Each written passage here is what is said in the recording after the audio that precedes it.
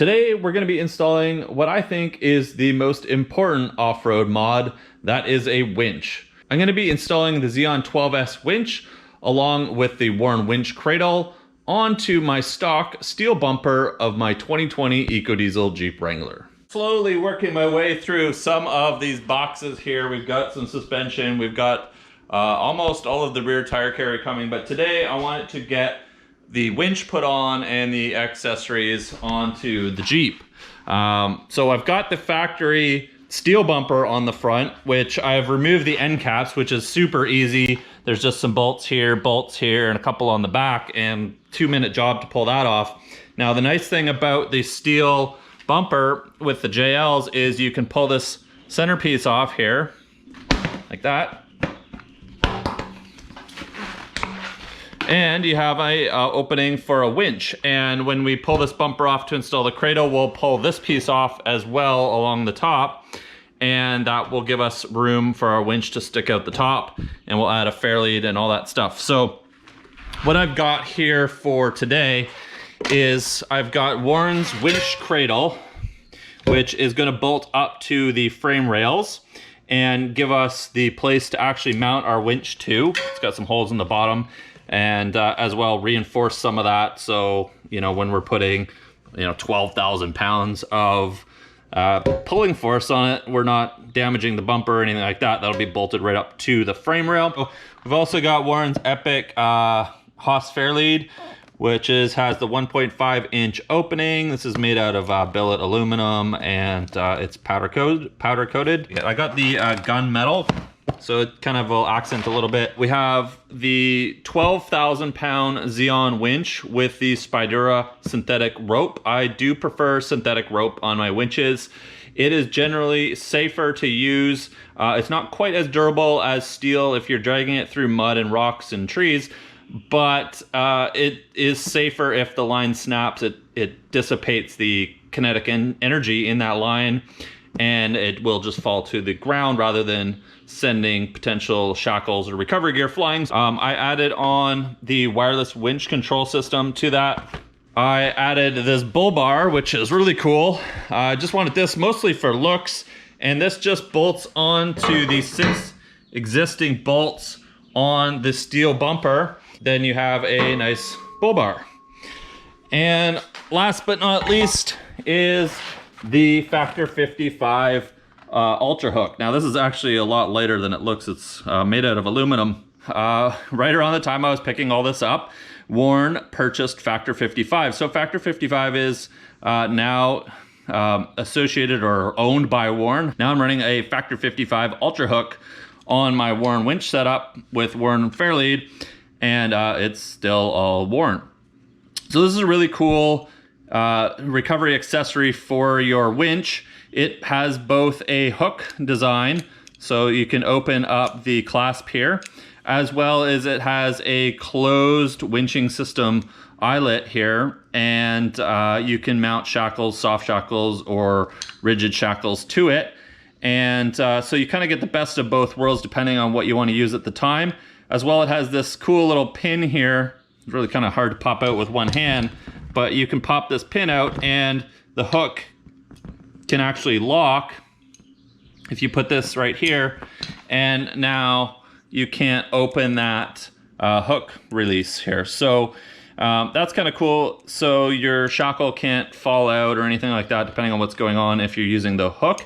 And then I've added the rope guard onto it, which when you order these, you can order them with the rope guard riveted on, and that basically is going to protect the winch rope, which is going to sit in here behind this pin that we're going to basically pull out this snap ring and drop that pin out, and then we're going to put our eyelet for our winch line in, and then we're going to put that back in. So that protects it from, when it's sitting on the front of your Jeep and you're driving through stuff, whether it's rocks or mud or whatever, or branches for us, it's not going to be taking abuse right on the rope on the front of it. So that's going to sit on here like that. Really cool design.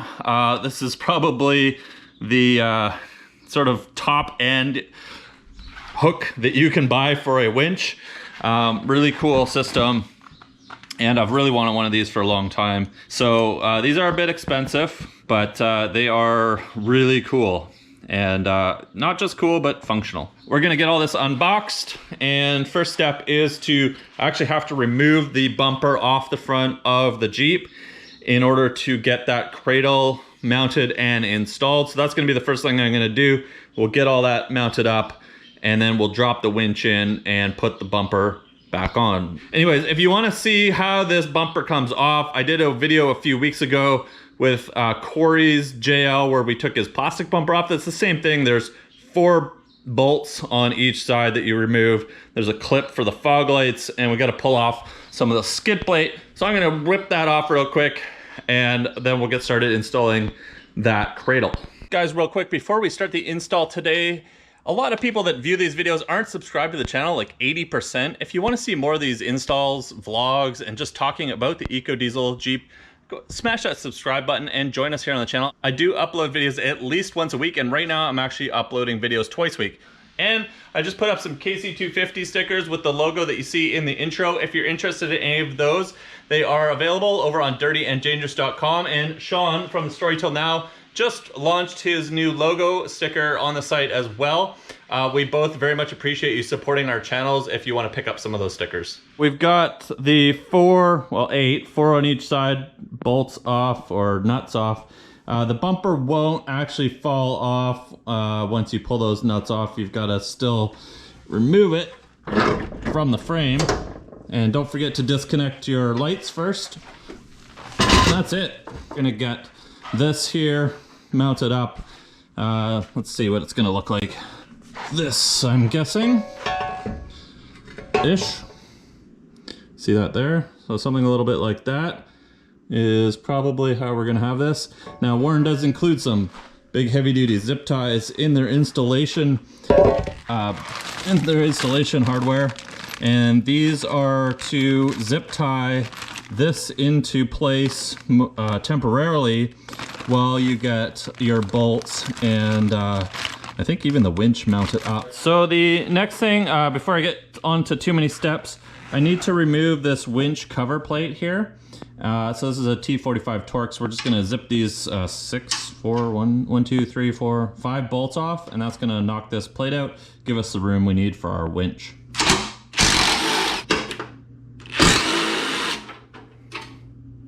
There we go, just like that. Now, I'm not sure, I might actually maybe pull these clips off, these metal clips, and do something, because I kind of want to put these bolts back in if there's room, but we'll save them for now. I think it's just a little bit cleaner than maybe having these open holes, but we'll wait for later and make some decisions. But there we go, just got that off. All right, we're just gonna remove these 4 bolts that hold the skid plate. There's 4, 2 here that hold the skid plate mounting brackets on, and we're gonna retain those as required.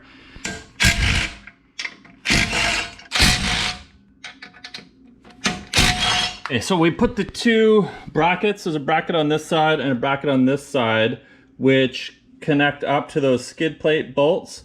And if you have a Rubicon, I put these carriage bolts through the bracket first, because the sway bar disconnect is right here, and you can't actually get these bolts through the holes in the brackets. And then we just took the actual tray and loosely fit the bolts into place. This is kind of nice because you can do it on your own. Just rested it on my knees, and then we can push it up into place. And then we're gonna zip tie it with the zip ties that came with it to hold it here while we continue with the assembly. So otherwise it'd be quite challenging to get all this stuff put in place on your own.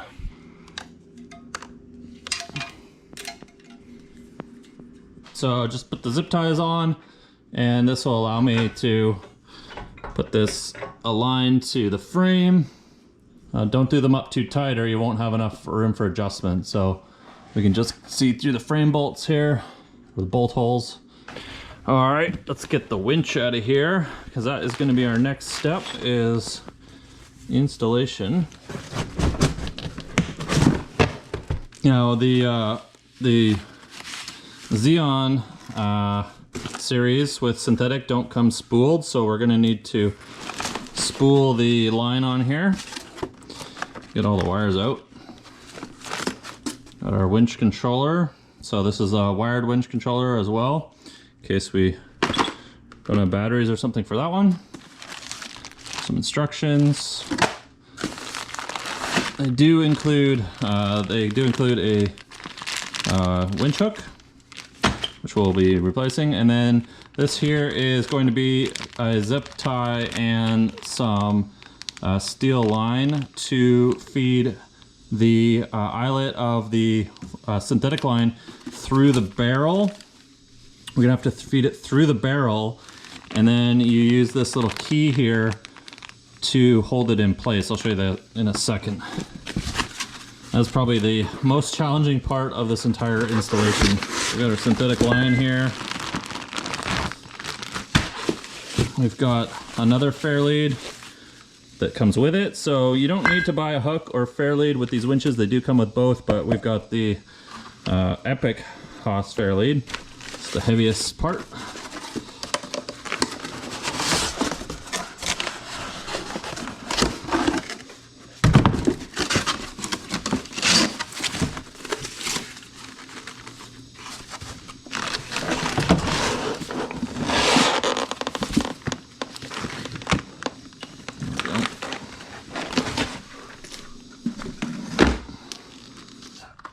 I am gonna put the winch line, I'm gonna put it through the hole on the barrel and get the key installed before I put it onto the Jeep.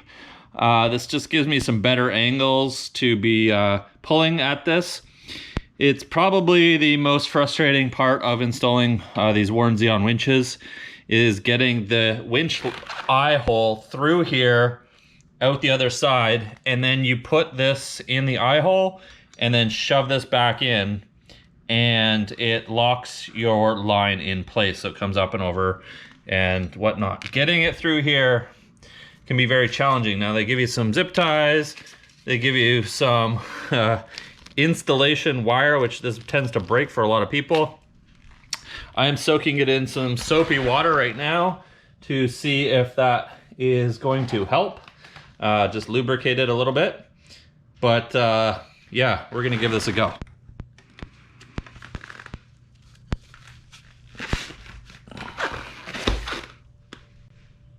So I recommend, I just pulled it through. I recommend that if you're gonna use this wire, you double it over and pull it with your pliers, because if you just do a single thread around it, it's probably going to break these. A lot of people break these wires, but definitely some warm water and some soap helps sort of loosen up the braid a bit.